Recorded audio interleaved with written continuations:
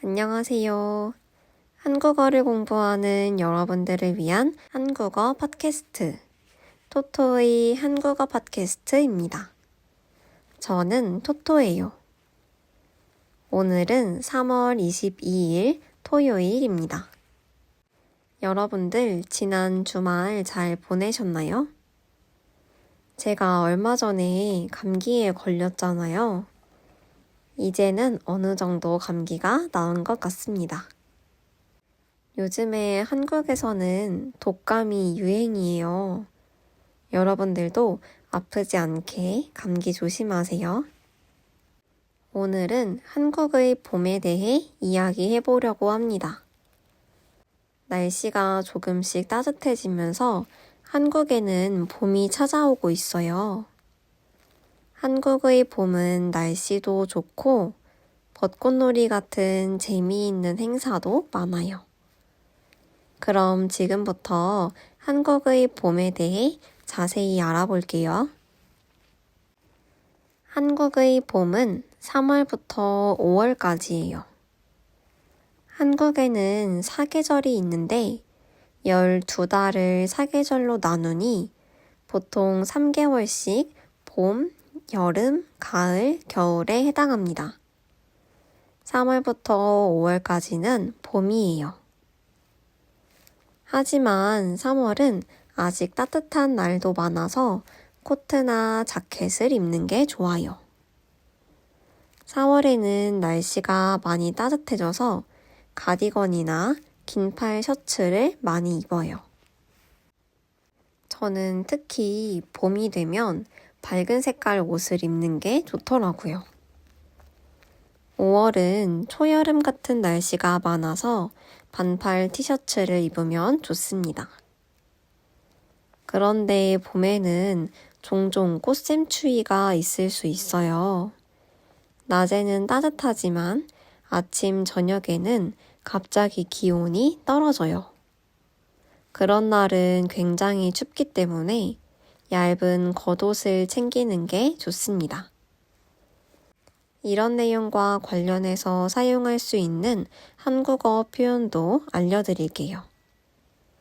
첫 번째 표현은 오늘 꽃샘추위가 왔네요 입니다.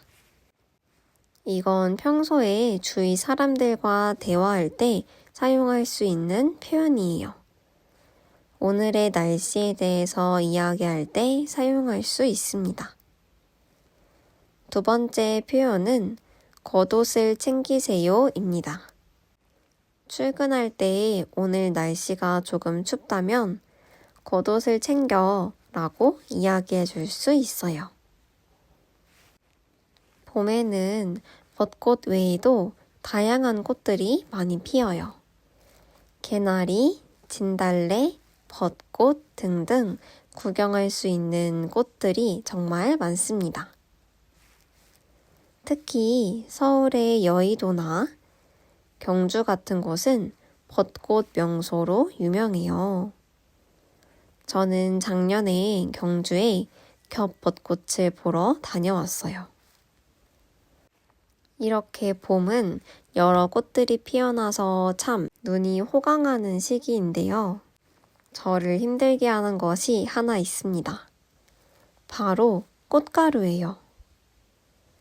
꽃가루 때문에 알레르기가 있는 사람은 봄철에 참 힘들어요. 재채기가 나거나 눈이 간지러워요. 그래서 꽃가루 알레르기가 있는 사람들은 마스크를 쓰거나 눈을 비비지 않는 것이 좋습니다. 이런 내용과 관련해서 사용할 수 있는 표현은 꽃가루 때문에 코가 간지러워요 입니다. 이건 병원에 갔을 때 사용할 수 있는 표현인데요. 꽃가루 알레르기가 있어 힘들 때 꽃가루 때문에 코가 간지러워요 라고 내 증상을 이야기할 수 있습니다. 두 번째 표현은 마스크를 써야겠어요 입니다. 실제로 한국에서도 꽃가루 때문에 마스크를 쓰고 다니는 사람들이 굉장히 많아요. 저도 그 중에 한 명입니다. 마지막으로 봄에 빠질 수 없는 벚꽃놀이에 대해서도 알려드릴게요. 벚꽃이 많이 피면 벚꽃놀이를 하러 가요. 보통 가서 피크닉을 합니다. 돗자리를 깔고 김밥, 치킨 같은 맛있는 음식을 먹어요. 커플들이 데이트를 한다면 이런 김밥을 싸서 나눠 먹는 경우가 굉장히 많습니다. 그리고 맛있는 음식을 먹고 돗자리 위에 앉아서 이야기를 하거나 보드게임을 하면서 시간을 보내요. 그리고 벚꽃놀이에 가면 중간중간 간식도 팔고 있어요. 그 중에서 가장 인기 있는 간식은 역시 솜사탕입니다. 설탕을 녹여서 실처럼 만들어낸 뒤에 이걸 손뭉치처럼 뭉쳐서 먹는 간식이에요. 요즘에는 솜사탕 모양도 굉장히 다양해졌어요. 동물 모양의 솜사탕이 나오기도 하고 애니메이션 캐릭터 모양으로 솜사탕을 만들어 주시기도 하더라고요. 어린아이들도 굉장히 좋아하는 간식인데 달콤한 맛이라서 저도 솜사탕을 굉장히 좋아합니다. 한국에서는 이 솜사탕과 관련된 노래까지 있어요. 또 하나 벚꽃놀이를 할 때 팁을 알려드리자면 평일 오전에 가면 사람이 적어서 사진 찍기가 좋습니다.